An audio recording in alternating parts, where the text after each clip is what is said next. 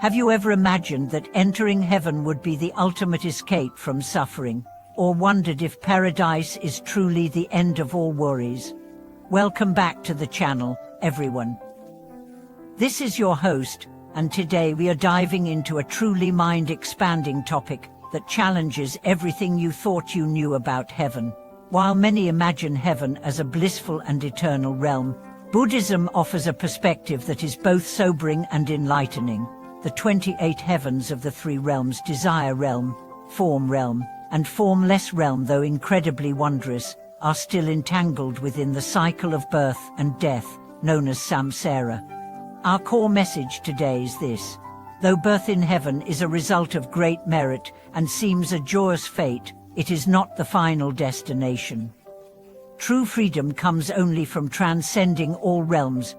In this episode, we'll unravel the following: the structure and nature of the 28 heavens across the three realms, why these heavenly realms, despite their grandeur, are still part of suffering, the lives of celestial beings, what they eat, how they live, and the hidden dangers they face, the deeper meaning of impermanence even in realms of joy, and ultimately, why practitioners should aim beyond heaven toward liberation. Now let's step through the celestial veils and begin our deep dive into the heavens. Let's begin with the desire realm, or the lowest of the three celestial tiers. This realm contains 6 heavens, where celestial beings still experience desires much like humans: hunger, sexuality, emotions. These heavens include the heaven of the 4 great kings, the Triastriemshor heaven, ruled by the famous deity Esakro, and the delightful Nandana gardens, where pleasure abounds. But don't be fooled. Though these beings live far longer than humans, sometimes for millions of years, and enjoy divine beauty, abundance, and ease, they are still bound by craving. Even gods in this realm are not free from jealousy, competition, or decay. Esakro himself is known to have battled Asuri's titans over his throne. His reign, no matter how majestic, is not eternal.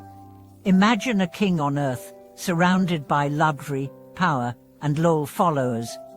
Yet one night, he dreams of losing it all, and wakes with unease. That's a glimpse into the lives of gods in the desire realm. They sense their merit depleting as their life draws to a close, and fear begins to creep in. Their fate: they may be reborn in low realms, including as animals, hungry ghosts, or even in hell. Now, step higher into the form realm. Here, beings are free from base desires. They do not eat or procreate. Their pleasure is subtle, stemming from meditation and spiritual refinement. There are 18 heavens in this realm, corresponding to the levels of deep concentration dhyana practiced by advanced meditators. These beings radiate light. Their bodies are pure, translucent, and their joy comes not from external stimulation, but from serene absorption. This is the realm of the Brahma gods, who possess profound mental stability. Yet, even they are impermanent. Even here, in realms shaped by meditative bliss, death arrives eventually. Then we enter the highest level, the formless realm. 4 heavens exist here, where beings are pure consciousness. They have no form, no body, no place as we understand it. Their existence is based on very refined meditative states, limitless space, limitless consciousness, nothingness, and neither perception nor non-perception. These beings live in near unimaginable peace. There's no suffering, no conflict. But, and this is critical, they are not free from the karmic cause of samsara. Their long lives, spanning millennias, will also end. And because they have no physical form or speech, they cannot encounter the Dharma. They cannot learn, grow, or progress toward awakening until their rebirth into a lower realm. So what does this all mean for us? It means that heaven, as portrayed in Buddhist cosmology, is not salvation. It is reward. It is rest. It is blissful, yes, but temporary. And anything temporary cannot be the ultimate truth. This idea may shock those who believe heaven is the end goal. But Buddhism teaches something far more profound, that clinging to pleasure, even divine pleasure, is still clinging, and clinging is the root of all suffering. Imagine a person who has worked hard their entire life and finally retires in luxury. They travel, dine, and rest. But as years pass, their body weakens, friends die, their joy wanes, even paradise begins to feel empty. This is the fate of celestial beings. Their pleasure is exquisite but not permanent. Let's take the example of a god in the Triastriemcha heaven. His lifespan is 36 million human years. He lives in a palace of clouds, drinks celestial nectar, hears music that would make any earthly symphony seem crude. He can fly. His body is fragrant. Flowers bloom where he walks. Yet one day, signs of death appear. His clothes begin to dim. His garlands fade. His companions slowly distance themselves. He becomes anxious, then terrified. He knows his merit is exhausted. Rebirth is coming, and it might be a fall into hell. This isn't a punishment. It's simply karma unfolding. For us, this story is both sobering and enlightening. Sobering because it reminds us no condition is permanent, not even the highest. Enlightening because it shows us that our goal should not be pleasure, but freedom. Freedom from the cycle. Freedom from the craving that drives us through birth, decay, and death. So how do we use this understanding? First, we shift our aspirations. We stop seeking pleasure as an end in itself. We enjoy beauty without attachment. We appreciate success without letting it define us. We aim not for heaven, but for liberation. Second, we cultivate wisdom. We learn to see impermanence in everything, from our emotions to our possessions, from our bodies to our beliefs. This isn't pessimism, it's clarity. It frees us to love more deeply, live more honestly, and let go more gracefully. Third, we develop compassion. Because we understand that everyone, whether rich or poor, healthy or ill, joyful or grieving, is subject to the same cycle. There's no superiority in wealth, fame, or even birth in heaven. We are all travelers in the same storm. Let me tell you the story of Ananda, a man who once prayed intensely to be reborn in the heavenly realms. He fasted, chanted, gave to temples. One night, he dreamed of visiting a heaven in the form realm. There, he saw beings meditating in golden light, motionless and silent. He stayed among them and felt peace. But she also noticed something missing. There was no growth, no new insight, no challenge, no dharma. He returned to his body with a new understanding. Even heaven, he whispered, is not enough. That's when he began practicing the middle path, not clinging to bliss, not fearing pain, but walking steadily toward awakening. That moment of realization for Ananda marked the true beginning of his spiritual journey. He began to see that seeking pleasure, even the most refined and celestial, was like chasing a mirage in the desert. Every time he got close, it vanished. The peace he felt in the form realm was real, but it was static, unchanging, unmoving. And that stillness, which at first seemed divine, eventually felt like stagnation.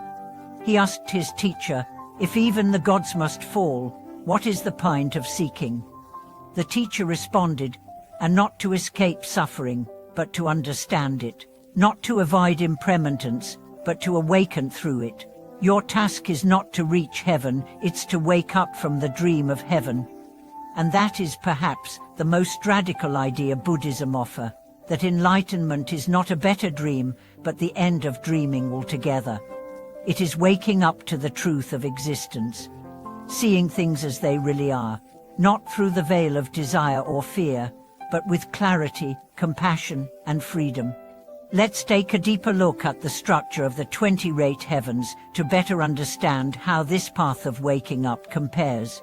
The 6 heavens of the desire realm are closest to human experience. The beings here live in great luxury, but they still experience craving. Their minds are refined compared to ours, but not free. They may still engage in subtle forms of jealousy, rivalry, and pride. In contrast, the 18 heavens of the form realm are divided according to the 4 levels of meditative absorption or jhanas. These heavens are more subtle. The gods here have immense tranquility and life for eons. Their joys are based not on sense pleasure, but on the peaceful stillness of their minds. Finally, the formless realm, with its 4 heavens, houses beings who have transcended material form altogether. They exist as pure mind or awareness. Their perception is refined beyond imagination. But even here, there is still ignorance, still clinging to existence, still the seeds of rebirth. These beings cannot hear the Dharma. They cannot make progress until their karma exhausts and they return to lower realms. This is why human life is considered so precious in Buddhism. It is the perfect middle ground, not so steeped in suffering that practice is impossible, and not so flooded with bliss that effort seems unnecessary. It is here, on earth, in the grit and grime of daily life, that awakening is most possible. The Buddha himself emphasized this. He warned his disciples not to become enamored with psychic powers or visions of gods. He reminded them again and again that the true path is the eightfold path: right view, right intention, right speech, right action, right livelihood, right effort, right mindfulness, right concentration. Each step brings us closer, not to some distant paradise, but to the end of suffering. The path doesn't lead to a place, it leads to freedom. But now, imagine someone who dedicates their entire life to accumulating merit, not for liberation, but to be reborn in the heavens. They build temples, feed monks, chant prayers daily. But in their heart, they are motivated by desire. Desire for comfort, for beauty, for status among celestial beings. Their actions are good, but their aim is flawed. Compare this with someone who, in the midst of poverty and difficulty, practices mindfulness. They watch their anger, they soften their judgments. They sit in silence each morning, not to gain reward, but to understand themselves. They care for others without expecting praise. They listen, they forgive. Which one is closer to awakening? The first may reach heaven, but only temporarily. The second is walking toward the end of all rebirth. This doesn't mean merit is useless. On the contrary, generosity, ethics, devotion, all create the conditions for a stable and joyful life. But merit without wisdom is like fuel without direction. It powers your journey, but where are you going? This is why the Buddha taught the union of merit and insight.